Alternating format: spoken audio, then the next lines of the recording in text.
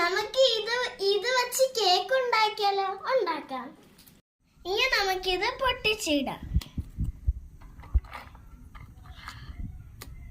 പാലെടുത്ത് ഈ ബിസ്ക്കറ്റിനകത്ത് പൊടി ഇടുക, ഇളക്കുക.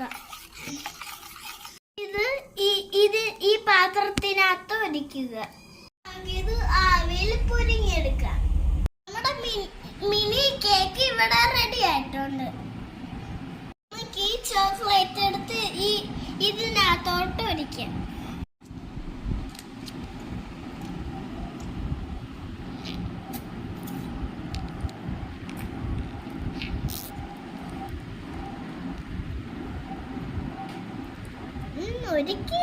നമ്മുടെ മിനി കേക്ക് റെഡി ആയിട്ടുണ്ട്.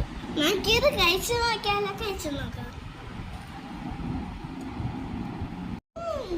ടേസ്റ്റ് ഉണ്ട്. നിങ്ങൾ ഇത് ഇഷ്ടപ്പെട്ടെങ്കിൽ ലൈക്ക് ചെയ്യണം, സബ്സ്ക്രൈബ് ചെയ്യണം, കൂടാതെ ബെല്ലൈക്കും കൂടി ദബിൾ ചെയ്യണം.